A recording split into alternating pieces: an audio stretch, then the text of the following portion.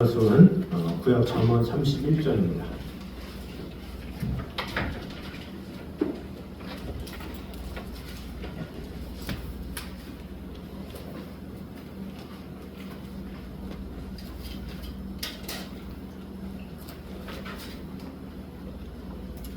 잠언 31장 우리 10절에서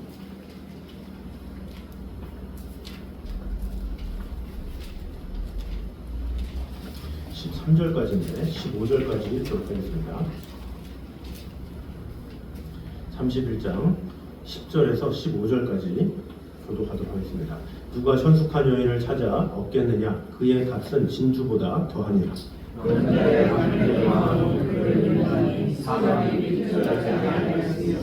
그런 자는 살아있는 동안에 그의 남편에게 선을 행하고 악을 행하지 아니하느니라.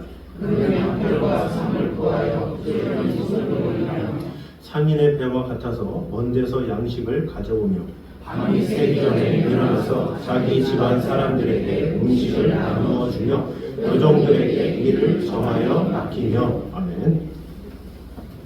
자, 오늘 본 단락은 이제 31장으로 이루어진 잠언의 종결 부분이라고 볼 수가 있습니다. 그래서 이 족죄는 본서의 제3부 중에 눈물왕의 어머니가 그의 아들에게 준 훈계집인 제31장의 후반부로서 이 현숙한 아내를 위한 찬가다, 이렇게 볼 수가 있습니다. 이 본 단락은 전체 22절로 이루어져 있는데 순서에 따라서 답관체 시로 이루어져 있습니다. 그래서 한글 성경을 보면 그저 그냥 10절부터 쭉 나왔으려니 하지만 그 22절의 구절이 히브리 알파벳 순서대로 이렇게 정렬이 되어 있어요. 그래서 영어로 보면 A, B, C, D 이렇게 해서 그 단어에 맞춰서 시작하는 것처럼 이 현숙한 여인의 그 열거를 답관체 형식으로 히브리어 그 언어에 맞춰서 쭉 이렇게 나오는 그런 것이라고 볼 수가 있습니다. 그래서 이런 알파벳이 규칙적으로 등장함으로 인해서 시를 읽는 사람이나 듣는 사람으로 하여금 친밀감을 갖게 하는 그런 것을 볼 수가 있죠. 그러면 이제 가나안의 성도가 나라를 보고 삼아 다 같이 이런 식으로 가는 것처럼, 한국 사람들이 듣기에 가나다 그러면 친근한 것처럼 히브리 사람들도 이런 알렙 그러면 이제 알렙에 맞는 그 단어부터 시작해가지고 현숙한 여인을 이렇게 쭉 열거하는 거죠. 이런 식으로 해서 시적으로 이렇게 표현한 것이라고 볼 수가 있습니다. 그래서 이 본단락은 세 분류로 보면 먼저 10절에서 12절까지는 현숙한 여인의 가치, 그리고 그러한 여인을 아내로 얻은 남편의 복락에 대해서 말씀하고 있습니다. 그리고 13절에서 29절은 현숙한 아내의 그런 유능하고도 성실한 노력과 그 복된 결과에 대해서 거듭하면서 이제 노래하는 장면이 나옵니다. 그리고 끝으로 30절과 31절은 여호와를 경외하는 현숙한 여인, 그 자신의 복락에 대해서 이제 노래를 하고 있습니다. 그래서 이 현숙한 여인의 모습을 통해서 결국에는 그 현숙한 여인은 그리스도인의 신부된 성도가 이 세상에서 어떻게 살아가야 하는지 그것을 알려주고 있습니다. 오늘 본문을 통해서 주시는 은혜를 보도록 하겠습니다. 먼저 하나님은 진실한 성도 한 사람을 지금 이 순간에도 간절히 찾고 계심을 볼 수가 있습니다. 이 10절 말씀 31장 10절 우리 같이 한번 읽도록 하겠습니다. 시작. 진주보다 더하니라. 네. 자, 누가 현숙한 여인을 찾아 얻겠느냐? 그 값은 진주보다 더하다, 이렇게 이야기하고 있죠. 여기서 현숙하다라고 번역된 히브리어 하일은 원래 육체적인 힘이나 능력을 의미합니다. 그런데 여기서 이 단어는 정직이나 성실, 미덕, 이렇게 정신적인 고결함을 의미하는 말로 쓰였다라고 볼 수가 있습니다.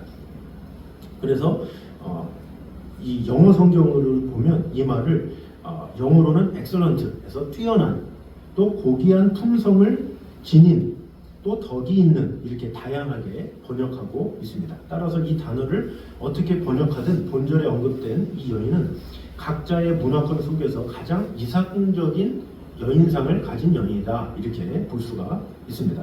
그리고 진주로 번역된 이 말은 히브리어로 페니님인데 이것 역시 상호, 루비, 보석 등 이 다양하게 해석할 수가 있는데 그만큼 이 땅에서 얻기 힘든 보석과 같은 존재다 이것을 볼 수가 있죠. 가장 귀하고 값지다 이렇게 볼 수가 있는 것입니다.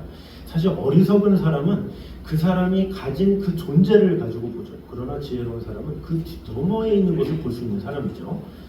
예를 들어서 이 남녀가 이렇게 만나는 데 있어서 가진 것을 가지고 먼저 판단하는 경우가 있죠. 저 사람의 남자의 재력이 얼마나 되지?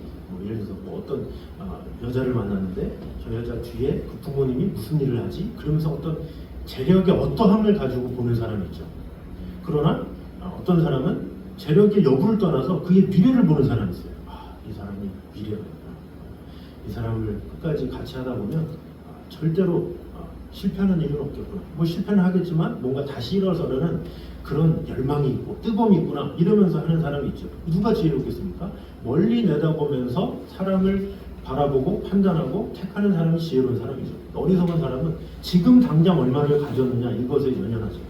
그래서 지금 당장에 가진 것을 연연하기 때문에 그 가진 것이 없으면 어때요? 떠나버리죠. 그것이 오늘날 많은 사람들이 늘 실수하는 거죠. 그래서 얼마나 많이 가졌느냐 이런 것에 초점을 하지만 지혜로운 사람은 그 사람이 가진 여부를 떠나서 그 사람이 얼마나 그 안에 미래가 있고 비전이 있고 뜻이 있는지 이것을 먼저 본다는 거죠. 그런데 그렇게 볼 수 있는 것 자체가 시야인데 그런 사람이 많지 않다는 거죠. 그래서 어떤 사람들마다 이 사람들을 볼 때 지혜롭다, 총명하다 이런 사람을 이렇게 볼래도 사람이 많지가 않아요. 알 수가 없죠. 그래서 늘 말하지만 어떤 기업도 기업 입장에서는 좋은 사람이 없고 또 사람 입장에서는 좋은 회사가 없고 근데 그것이 오늘날의 아이러니한 그런 문제다라고 볼 수가 있습니다. 솔로몬도 어땠습니까? 수많은 후궁과 비빈이 있었습니다. 그러나 그 안에 지혜가 없었다. 지혜로운 자가 없었다. 이렇게 말을 하고 있습니다. 열왕기상 11장 3절을 보면 후궁과 비빈을 1000명 이상 두었다. 이렇게 이야기하고 있죠. 자, 그런데 전도서 7장 28절 한번 보도록 하겠습니다. 잠언 전에 잠언 뒤에 죄송합니다.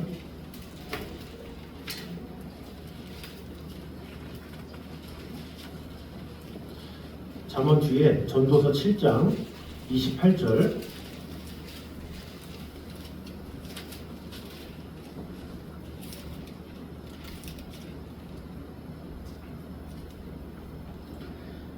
전도서 7장 28절 같이 한번 읽겠습니다. 시작. 내 마음이 계속 찾아보았으나 아직도 찾지 못한 것이 이것이라. 1000사람 가운데서 한 사람을 내가 찾았으나 이 모든 사람들 중에서 여자는 한 사람도 찾지 못하였느니라. 자, 여기 보면 계속 찾아봤다. 아직도 찾지 못한 것이 이것이라. 1000사람 가운데 한 사람을 내가 찾았는데 이 모든 사람 중에서 여자는 한 사람도 찾지 못했다 이렇게 이야기하고 있죠. 근데 솔로몬에게 있어서 그 아내가 빈궁까지 다 해서 1000명인데 그 중에 지혜로운 여인이 하나 없었다라는 거죠. 이 얘기는 뭐예요? 지혜로운 사람이 한 명이라도 있으면 어때요? 뜻을 바꾸죠. 아니 어떻게 일개 같은 지도자급도 아니고 그 밑에 충성된 신하도 아니고 높은 급이 있는 사람도 아니고 왜 여인 중에 없었느냐 이렇게 하지만 실질적으로 역사적으로 중국이든 한국이든 어느 나라든 그 왕이 누구에 의해서 흔들리냐 하면 그 옆에 여인이 누구냐에 따라서 흔들리는 경우가 상당히 많이 있어요. 그래서 흥망성쇠가 그 여인에 따라서 결정되는 경우가 많이 있죠. 주왕의 달기 이런 거 있잖아요. 그래서 미인계나 이런 걸로 유혹해가지고 사람들을 넘어뜨리고 왕을 넘어뜨리고 이런 것이 있다는 거죠. 지금 솔로몬도 그 얘기하는 거예요. 1000명의 여인 중에 지혜로운 여인 한 명만 있었으면 어떻게 됩니까? 왕이시여. 지금 우상 숭배하면 되겠습니까?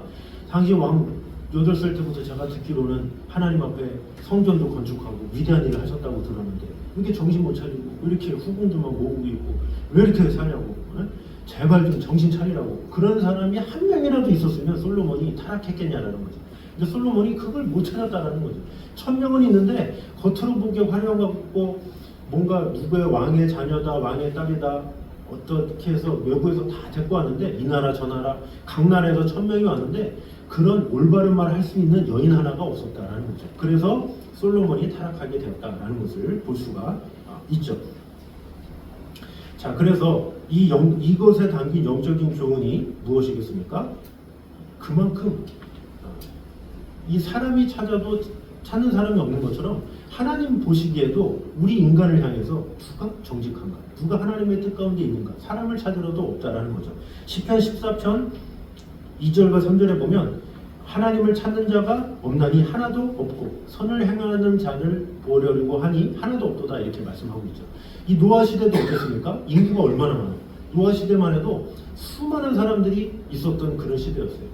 그런데 얼마나 사람들이 범죄하고 악을 행했는지 그 당시 때 의로운 사람은 노아 한 사람뿐이었다 이렇게 얘기하고 있죠.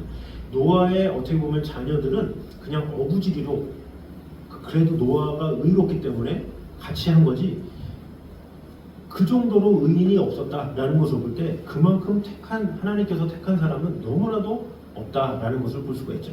하나님께서 아브라함을 택하셨죠. 근데 그 아브라함을 택함으로 인해서 좀 이득을 본 사람이 롯이잖아요. 근데 그 롯조차도 아브라함과 같이 따랐으면서도 불구하고 그의 아내부터 시작해서 그 딸 사위부터 시작해서 어떻습니까? 그들의 삶이 온전치 못했죠. 그러니까 고모라성에 결국 가가지고 아내는 소금 기둥이 되고 나중에 그로 인해서 낳은 자손들이 모압과 암몬과 이런 자손들이죠. 그만큼 의롭게 선하게 하나님의 뜻 가운데 행하는 자를 찾으려 하신즉 하나님 보시기에 없다라는 것을 말하고 있는 것이죠. 그래서 언제나 신실한 백성과 신부보다는 그렇지 못한 사람들이 너무나도 많다라는 사실을 우리는 알아야 합니다. 누가복음 18장 8절에 이렇게 말씀합니다. 그러나 인자가 올 때에 세상에서 믿음을 보겠느냐 이렇게 말씀하고 있죠. 이런 것처럼 이 오늘 말씀하고 똑같은 거예요. 누가 선숙한 여인을 찾겠느냐? 정말로 믿음 있고 신실하고 성실하고 하나님의 뜻 가운데 행하는 사람 참 없다. 이것을 볼 수 있다라는 것이죠. 그래서 우리는 단지 은혜로 하나님의 자녀요 신부 된 것에 만족하지 말고 더욱더 깨어서 내가 신부답게 살고 있는지 하나님의 마음에 합당하게 살고 있는지 늘 점검할 필요가 있다는 거죠. 하나님 마음에 합한 자가 누구인지를 분명히 알아서 그 뜻 가운데 살아가기를 주님은 원하신다는 사실을 분명히 알아야 합니다. 그러므로 믿음으로 이 세상 가운데 자신을 지키면서 받은 직분에 충성을 다하고 마음을 다하고 전심을 다함으로 주님께서 정말로 네가 참 선숙한 자구나 칭찬받을 사람이구나 이렇게 인정받는 저희들 되시기를 주님의 이름으로 축원합니다. 자, 두 번째로는 하나님에 대한 성도의 사랑은 평생 변함이 없어야 함을 보여주고 있습니다. 우리 12절 말씀 31장 12절 말씀 선숙한 여인이 어떤지 보여주고 있습니다. 같이 읽도록 하겠습니다. 12절 시작. 악을 행하지 아니하느니라. 자, 남편에게 선을 행하고 악을 행하지 않는다 이렇게 이야기하고 있죠. 즉 선숙한 여인은 평생 동안 그러니까 젊어서나 늙어서나 기쁠 때나 슬플 때나 아플 때나 건강할 때나 형통할 때나 어려울 때나 한결같이 사랑으로 아내의 도리를 다한다라는 것이죠. 변함없이 나이가 많든 적든 이렇든 저렇든 환경이 어떻든 변함없이 돌보고 사랑한다라는 거죠. 아까 나눴던 것처럼 뭔가 내 배우자가 뭔가를 가졌다, 권력이 있는 것 같다, 힘이 있는 것 같다 그러면 이러다가 또 없는 것 같다 그러면 내팽개치고 이런 세상의 모습들이 있잖아요. 그러나 진정한 선숙한 사람은 여인은 어떤 그 사람의 여부에 따지지 아니하고 그가 연약해지든 힘이 없든 나이가 들든 아무 상관이 없이 동일하게 사랑해 준다라는 것이죠. 그런데 이 세상 사람들은 어떻습니까?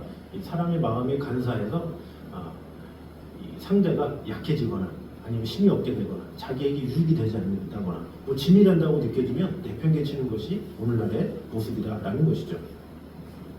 그래서 신혼 때와 아이 둘을 낳은 아내의 모습이 다르다 이런 제목으로 다음과 같은 이야기가 있습니다.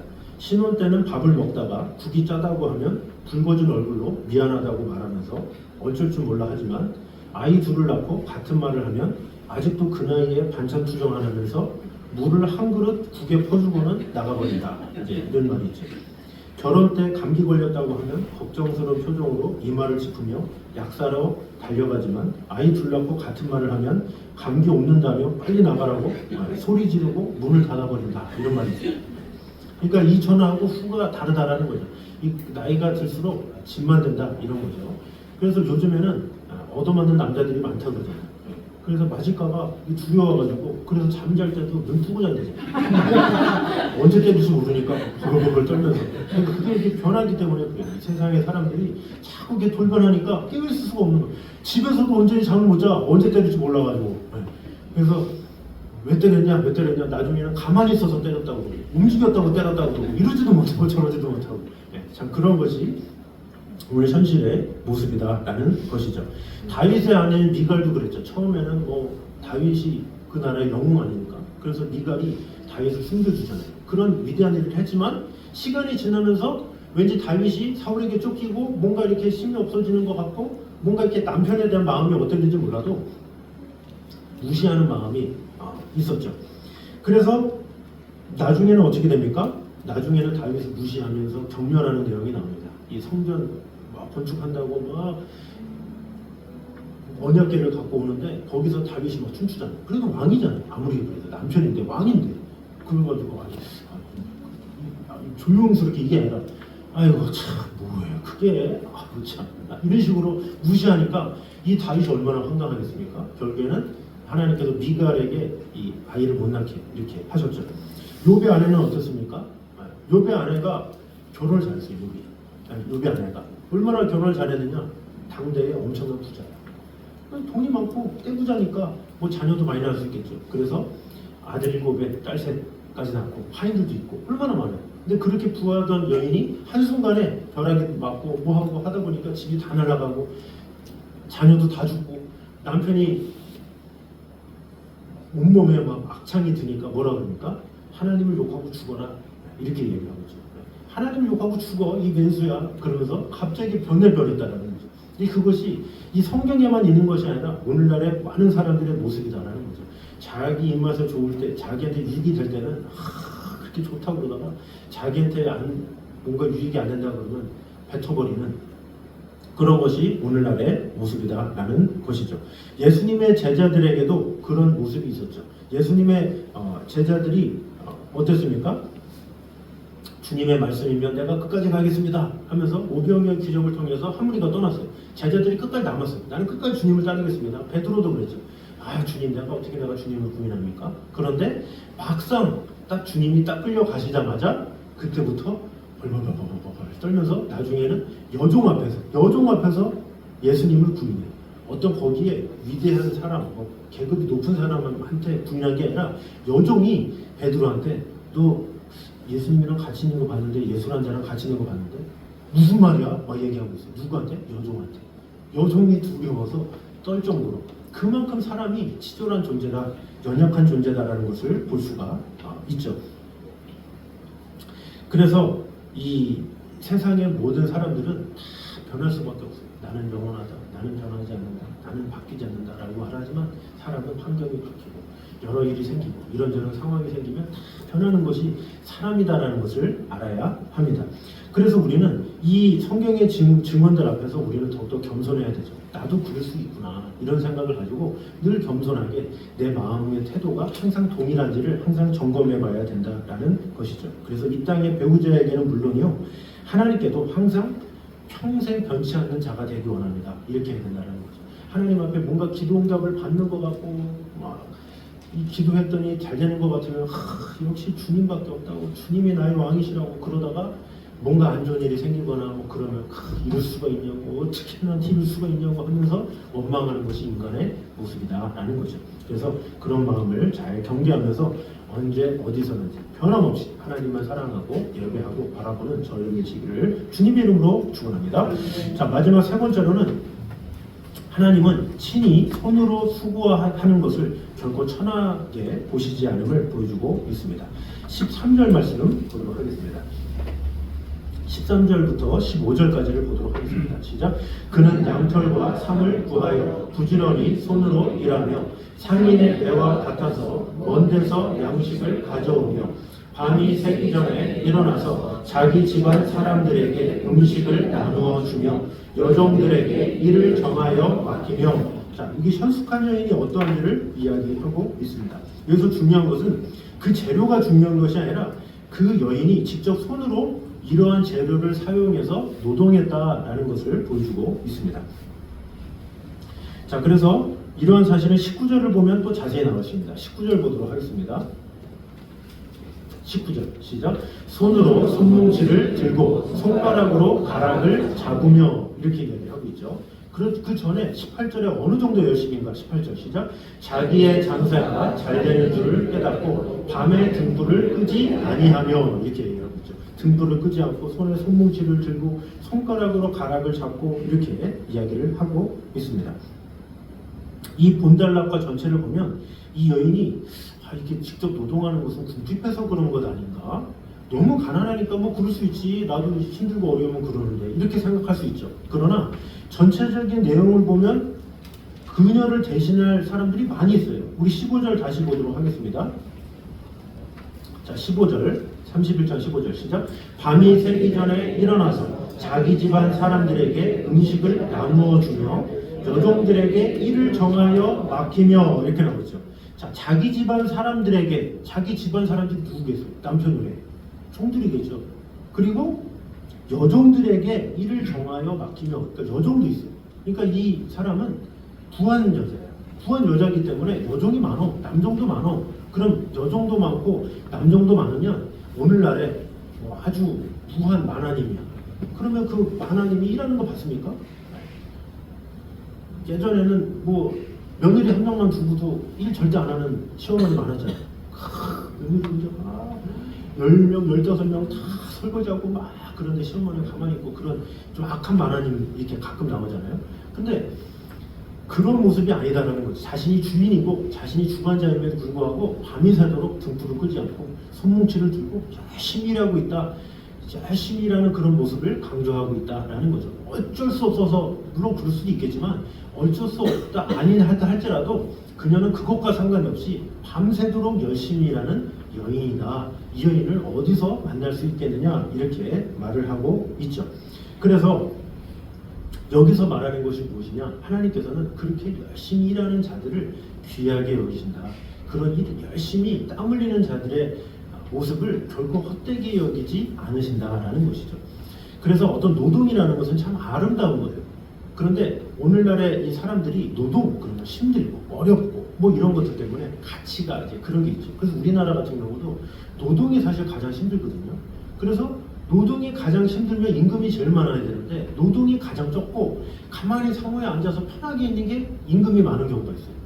그래서 뭐 판사나 뭐 의사나 뭔가 별로 일 안 하고 머리만 쓰고 막 이런 것을 되게 막 선호하는 경우가 많이 있죠. 그러나 어떤 선진국이나 이런 데 보면 오히려 노동을 더 크게 여기는 경우가 많이 있어요. 그래서 그런 노동하는 사람들이 임금을 더 많이 주고 더 많이 대우해주는 경우가 많죠. 근데 사실은 그게 정상이에요. 왜? 몸이 가고 수고가 많으면 더 많이 줘야죠.